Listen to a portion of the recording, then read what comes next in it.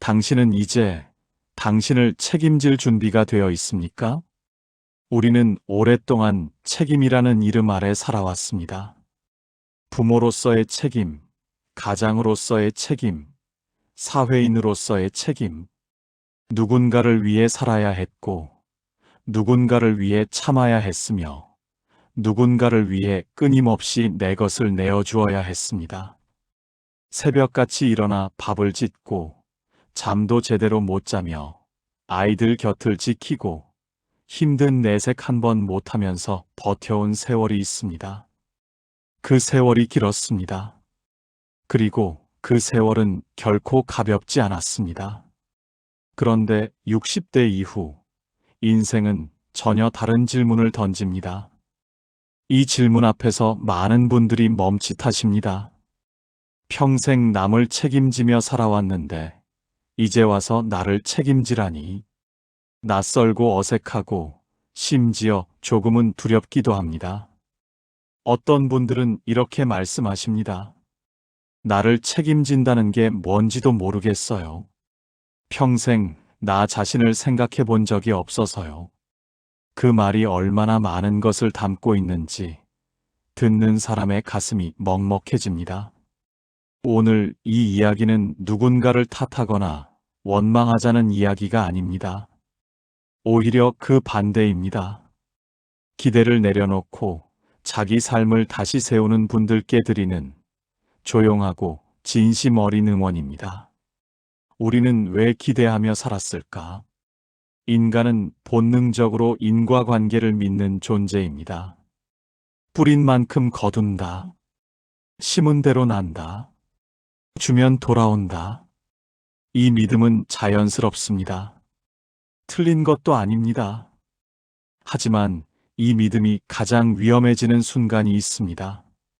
바로 그 믿음이 사람에게, 특히 가장 사랑하는 사람에게 적용될 때입니다. 지금의 60대, 70대 분들이 부모님께 배운 것은 무엇이었습니까? 희생이 미덕이라는 것이었습니다. 내 것을 줄여 자식을 채우는 것이 사랑이라 배웠습니다. 좋은 것은 자식 먼저, 힘든 것은 내가 먼저. 맛있는 반찬은 자식 앞에 놓고 자신은 찌개 국물에 밥을 말아 먹던 어머니들. 새 옷 한 벌 사입지 못하고 자식 학비를 댄 아버지들. 그것이 우리 세대가 배운 사랑의 방식이었습니다. 그 삶의 방식이 틀린 것이 아닙니다. 그것은 진심이었고, 그것은 사랑이었습니다. 아무도 그 사랑을 부정할 수 없습니다. 문제는 그 사랑이 어느 순간부터 기대로 바뀌었다는 것입니다. 기대란 무엇입니까? 기대는 보이지 않는 계약입니다. 내가 이만큼 해줬으니 너도 이만큼 해줘야 한다는 마음속 장부. 물론 이것을 대놓고 말하는 분은 드뭅니다. 그냥 마음 한켠에 조용히 쌓입니다. 내가 이렇게 해줬는데, 내가 저렇게 참았는데, 내가 얼마나 힘들었는데. 이 문장들이 쌓이고 쌓이다 보면 어느 날 갑자기 터져나옵니다. 그 터져나오는 순간 관계가 흔들립니다. 여기서 우리가 직면해야 할 아주 불편한 진실 하나가 있습니다. 자식은 부모의 사랑을 받은 것이지 빚을 진 것이 아닙니다. 빚은 갚아야 합니다. 하지만 사랑은 갚는 것이 아닙니다. 사랑은 흘러가는 것입니다. 부모에게 받은 사랑은 자기 자식에게 흘러갑니다. 그것이 자연의 흐름입니다. 우리 역시 부모님의 사랑을 다 갚지 못했습니다. 바빠서, 어리석어서, 철이 없어서. 그것처럼 우리 자식도 우리에게 그럴 수 있습니다. 그것이 인간의 현실입니다. 하지만 그렇다고 그 사랑이 의미 없었던 것이 아닙니다. 사랑은 주는 순간 이미 완성됩니다. 돌아오기를 기다릴 때부터 그 사랑은 조금씩 무거워집니다. 어떤 분이 이런 말씀을 하셨습니다. 나는 자식한테 아무것도 바라지 않아요. 그냥 가끔 전화 한 통이면 충분해요. 그런데 그 전화가 오지 않으면 어떻습니까? 그 아무것도 바라지 않는다는 말 안에 사실은 작은 기대 하나가 살아있는 겁니다. 그 작은 기대가 충족되지 않을 때 밀려오는 섭섭함이 얼마나 큰지 당해보신 분들은 아실 겁니다. 기대를 완전히 버리라는 이야기가 아닙니다. 다만 기대 때문에 지금 이 순간 내 행복을 저당 잡히지는 마십시오. 자식의 전화를 기다리느라 내 오늘 하루를 허비하지 마십시오. 자식이 오기를 기다리느라 내 시간을 텅 비워두지 마십시오. 내 하루는 내가 채워야 합니다. 자식은 결과이지 보상이 아니다. 솔직하게 생각해 보겠습니다. 자식을 키울 때 우리는 분명 최선을 다했습니다. 그 과정에서 내 꿈도 포기했고, 내 건강도 조금씩 잃어갔으며, 하고 싶었던 일들을 수도 없이 미뤘습니다. 그러니 자식이 잘 됐을 때 뿌듯함을 느끼는 것은 당연합니다. 내가 키운 보람이 있다는 마음이 드는 것도 인간적입니다. 그런데 여기서 조용한 착각 하나가 시작됩니다. 자식의 성공이 마치 내 성공의 연장선이라는 착각. 자식의 삶이 마치 내 삶의 완성이라는 착각. 자식이 잘 살면 내가 잘 산 것이고, 자식이 힘들면 내가 실패한 것이라는 착각. 이 착각은 자식에 대한 과도한 간섭으로 이어지기도 하고, 자식의 삶을 내 기준으로 평가하는 습관으로 이어지기도 합니다. 자식은 우리의 작품이 아닙니다. 우리는 좋은 씨앗을 심었을 수 있습니다. 좋은 환경을 만들어 주었을 수 있습니다.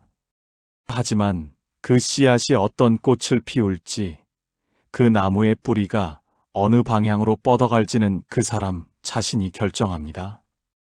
부모는 방향을 보여줄 수 있습니다. 하지만 그 길을 걸어가는 것은 자식 본인입니다. 그 길에서 넘어지는 것도, 다시 일어나는 것도 결국 그 사람의 몫입니다. 어떤 어머니는 이런 말씀을 하셨습니다. 우리 아이가 나한테 연락을 잘 안 해요. 바쁘다고 하는데 바쁜 거야 알죠. 근데 그래도 서운하더라고요. 내가 저 아이를 위해 얼마나 살았는데. 그 마음 충분히 이해합니다. 서운한 것이 당연합니다. 하지만 이렇게 한번 생각해 보시면 어떨까요? 그 자식이 바쁘다는 것은 자기 삶을 열심히 살고 있다는 뜻이기도 합니다. 내가 그토록 바라던 것, 자식이 자기 삶을 잘 살아가는 것, 그것이 지금 이루어지고 있는 것 아닐까요? 자식이 멀어진 것이 아닙니다. 자식은 자기 삶으로 흘러간 것입니다. 강물은 흘러가는 것입니다. 잡으려 하면 손가락 사이로 빠져나가고 놓아주면 강이 됩니다. 자식의 삶을 놓아줄 때 오히려 그 관계는 더 아름다워집니다. 매달리지 않아도 사랑할 수 있고 간섭하지 않아도 가까울 수 있습니다. 그리고 이 이야기에는 한 가지 반전이 있습니다. 자식에게 기대지 않는 부모, 자식을 내 보상으로 보지 않는 부모, 그런 부모를 자식은 오히려 더 존경합니다. 연락하지 않아도 잘 지내는 부모, 도와달라 조르지 않는 부모, 자기 삶을 스스로 꾸려가는 부모, 그런 부모 곁에 자식은 의무감이 아닌 그리움으로 찾아옵니다. 부담이 아닌 반가움으로 안겨옵니다. 품위 있는 부모 곁에 자식은 자연스럽게 머뭅니다. 재산이 지켜주지 못하는 것. 많은 분들이 이런 말씀을 하십니다. 돈이 있어야 노후가 편하다. 돈 없이는 아무것도 못한다. 돈이 있으면 자식도 자주 온다. 틀린 말이 아닙니다. 노후의 경제적 안정은 분명히 중요합니다. 아프면 치료받아야 하고, 먹고 싶은 것도 먹어야 하고, 편하게 지낼 공간도 필요합니다. 돈은 분명 필요합니다. 이것을 부정하는 것이 아닙니다. 하지만 많은 분들이 놓치는 것이 있습니다. 돈은 불안을 살 수 없습니다. 통장에 수억이 있어도 새벽 3시에 홀로 눈이 떠지는 외로움은 사라지지 않습니다. 돈이 아무리 많아도 내가 아플 때 진심으로 손을 잡아줄 사람이 없다면 그 통장은 싸늘하기만 합니다. 비싼 요양원에 들어가도 그 안의 고독은 돈으로 해결되지 않습니다. 화려한 집에 살아도 말을 나눌 사람이 없다면 그 집은 결국 넓은 감옥과 다르지 않습니다. 실제로 이런 이야기를 들은 적이 있습니다. 꽤 많은 재산을 가진 한 어르신이 있었습니다. 자식들에게 재산을 미리 나눠줬습니다. 그러면 자식들이 자주 올 것이라 생각했습니다. 그런데 재산이 다 넘어가고 나자 발길이 뚝 끊겼습니다. 그 어르신은 마지막에 이런 말씀을 하셨다고 합니다. 돈으로 사람 마음을 살 수 있다고 생각한 내가 어리석었지. 그 말이 얼마나 쓸쓸하게 들렸는지 모릅니다. 왜 이런 일이 생길까요? 돈은 환경을 바꿀 수 있습니다. 하지만 마음은 바꾸지 못하기 때문입니다.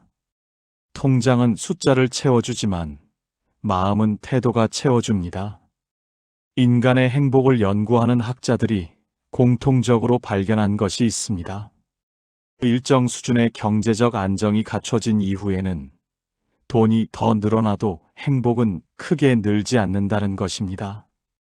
그때부터 행복을 결정하는 것은 얼마나 가졌느냐가 아니라 어떤 태도로 사느냐입니다. 재산을 지키는 것은 중요합니다. 하지만 재산이 나를 지켜줄 것이라는 믿음은 조금 내려놓으시기 바랍니다. 재산보다 더 오래 남는 것이 있습니다. 바로 내가 어떤 사람이었느냐, 어떤 태도로 살았느냐입니다. 돈은 쓰면 줄어들지만 품격은 살수록 깊어집니다. 60대 이후 진짜 책임. 이제 이 이야기의 핵심으로 들어가겠습니다. 60대 이후의 진짜 책임이란 무엇인가? 젊은 시절의 책임은 외부를 향했습니다. 자식을 먹이고, 가족을 지키고, 직장에서 인정받고, 사회에서 제 역할을 다하는 것. 그것이 책임이었습니다. 그 책임을 다하기 위해 우리는 자신을 수없이 뒷전으로 미뤘습니다. 내가 먹고 싶은 것보다 가족이 먹고 싶은 것을 먼저 샀고, 내가 쉬고 싶어도 가족을 위해 더 일했습니다. 그렇게 살아왔습니다. 그런데 이제 그 책임들이 하나씩 떠납니다. 자식은 독립했고, 직장은 은퇴했으며, 이제 가장이라는 타이틀도 조금씩 가벼워집니다. 그 빈자리에 무엇이 남습니까? 바로 나 자신입니다. 이제부터의 진짜 책임은 크게 3가지입니다. 첫 번째는 내 감정을 책임지는 것입니다. 섭섭함을 외부에 투사하지 않는 것. 서운한 마음이 들 때 그것을 자식 탓, 배우자 탓, 세상 탓으로 돌리지 않는 것. 섭섭함은 기대에서 옵니다. 그 기대를 조절하는 것은 나의 몫입니다. 감정을 책임진다는 것은 감정을 억누르라는 뜻이 아닙니다. 슬프면 슬프다고 느끼면 됩니다. 외로우면 외롭다고 인정하면 됩니다. 다만 그 감정의 원인을 항상 남에게서 찾지 않는 것. 그것이 감정의 주인이 되는 것입니다.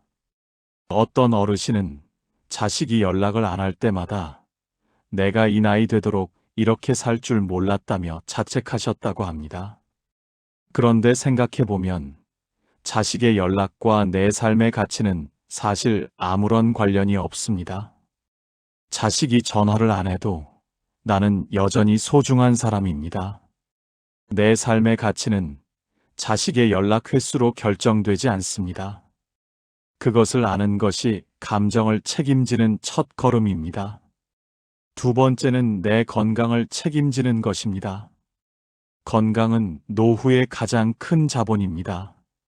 아파서 누군가에게 의존해야 하는 살보다 비록 화려하지 않더라도 스스로 걸을 수 있고 스스로 밥을 먹을 수 있는 삶이 훨씬 더 존엄합니다. 자식에게 짐이 되는 것을 두려워하는 분들이 많습니다. 그렇다면 가장 확실한 방법은 건강을 지키는 것입니다.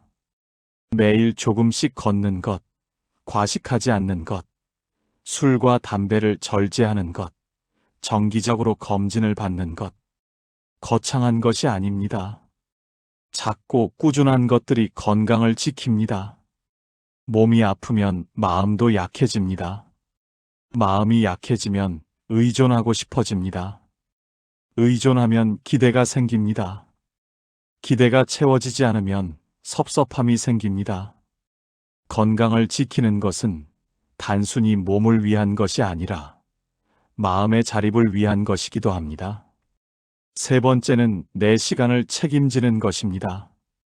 은퇴 후 가장 많이 듣는 말이 있습니다. 할 일이 없어서 힘들다는 것입니다. 시간은 많은데 그 시간을 어떻게 써야 할지 모르겠다는 것입니다. 이것은 게으름의 문제가 아닙니다. 평생 해야 할 것에 맞춰 살다가 갑자기 하고 싶은 것을 찾으라고 하니 막막한 겁니다. 내가 무엇을 좋아하는지조차 잊어버린 채 살아온 세월이 너무 길었던 겁니다. 하지만 바로 그렇기 때문에 이것이 진짜 과제입니다. 지금 이 시간, 내가 진심으로 즐기는 것이 무엇인지 찾는 것. 작은 것이라도 좋습니다. 텃밭 가꾸기, 동네 산책, 오래된 책 한 권, 좋아하는 음악 듣기, 오랜 친구와 차 한 잔. 그 시간들이 모여 하루를 의미 있게 만듭니다. 의미 있는 하루들이 모여 의미 있는 노년이 됩니다. 누가 나를 챙겨줄까? 오늘 자식이 전화할까? 언제 손자가 올까? 이 질문 대신 나는 오늘 내 시간을 어떻게 쓸 것인가? 이 질문으로 하루를 시작하는 것. 그것이 노년의 진짜 책임입니다. 기대를 줄이면 품격이 남는다. 품격이라는 단어를 들으면 어떤 이미지가 떠오릅니까? 고급스러운 옷, 비싼 차, 넓은 집, 그런 것들도 있겠지만 진짜 품격은 그런 데서 오지 않습니다. 자식이 오지 않아도 하루를 충실하게 보내는 사람, 도움을 받되 당연하게 여기지 않는 사람, 사랑하되 집착하지 않는 사람, 섭섭해도 그것을 표정에 담아 상대를 불편하게 만들지 않는 사람, 그리고 자기 자신에 대한 존중을 끝까지 잃지 않는 사람. 이것이 품격입니다. 한 가지 가슴에 남는 이야기가 있습니다. 70이 넘은 한 할머니가 계셨습니다. 자식들은 멀리 살고 자주 오지 않았습니다.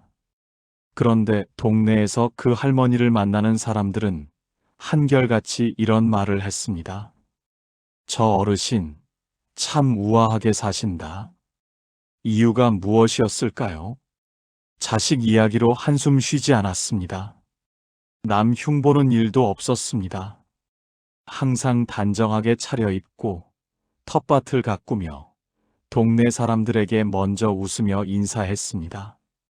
그 할머니는 기대를 내려놓은 분이었습니다. 그래서 품격이 남은 분이었습니다.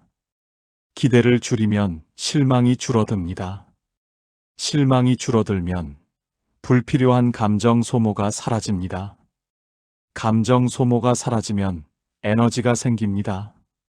그 에너지가 자기 삶을 풍요롭게 하는 데 쓰입니다. 이것이 선순환입니다.